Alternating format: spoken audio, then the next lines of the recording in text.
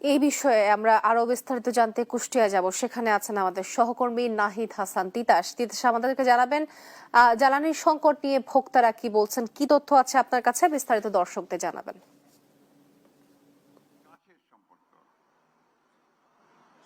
সংকট কিন্তু কুষ্টিয়া জেলায় তীব্র থেকে তীব্রতর হচ্ছে। প্রতিনিয়তই পাম্পগুলোতে কিন্তু মোটরসাইকেলের বা যান চালকদের সারি কিন্তু বেড়েই চলেছে এবং পাম্পগুলোতে কিন্তু ছোট বড় বিশৃঙ্খলা ঘটছে এবং অপ্রত্যাশিত ঘটনাও কিন্তু ঘটছে। আমি রয়েছি কুষ্টিয়া স্টোর নামক একটি তেল পাম্পে। এই পাম্পে কিন্তু সকাল 6টা থেকে তেল দেওয়া শুরু হয়েছে। আপনি দেখতে পাচ্ছেন দীর্ঘ সারিতে কিন্তু যান চালকরা দাঁড়িয়ে আছেন, দীর্ঘক্ষণ অপেক্ষা করছেন তারা তেল নেওয়ার জন্য। তবে দীর্ঘক্ষণ অপেক্ষার পরেও কিন্তু এখন পর্যন্ত অনেক বাইকারই কিন্তু তাদের কাঙ্ক্ষিত বা চাহিদা মোতাবেক সেই তেল পায়নি। তার কারণে কিন্তু প্রতিনিয়ত কুষ্টিয়ার যে পাম্পগুলো রয়েছে সেখানে কিন্তু অনাকাঙ্ক্ষিত ঘটনা ঘটছে, বিশৃঙ্খলা ঘটছে, মারামারি ঘটনা ঘটছে। আপনাকে একটু জানিয়ে রাখতে চাই তো যে কুষ্টিয়ায় 31টি তেল পাম্প রয়েছে। 31টি তেল পাম্পের মধ্যে কিন্তু অধিকাংশ তেল পাম্পেই তেল দেওয়া হচ্ছে না, অর্থাৎ বন্ধ রয়েছে। যে কয়েকটি তেল পাম্পে তেল দেওয়া হচ্ছে সেখানেও কিন্তু দীর্ঘ ভোগান্তি, দীর্ঘ অপেক্ষার পরে কিন্তু তেল নিতে হচ্ছে। তারপরেও যে তেল পাচ্ছে, যেটুকু তেল পাওয়া যাচ্ছে সেটুকু কিন্তু তাদের চাহিদার তুলনায় একেবারেই কম। আপনাকে জানিয়ে রাখতে চাই গতকাল থেকে কিন্তু বিশৃঙ্খলা এবং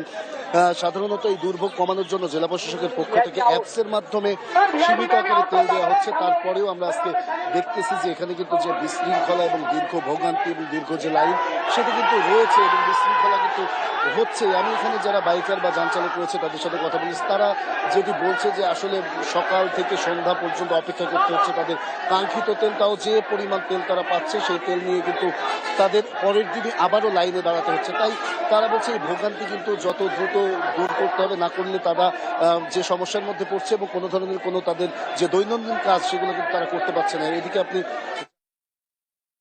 নতুন বাড়িটার স্বপ্ন পূরণে সবাই মিলে যায় খুশির মিছিলে। 40 বছর ধরে এমন অসংখ্য খুশির মিছিলে ছিল আইডিএলসি, থাকবে আগামীতেও।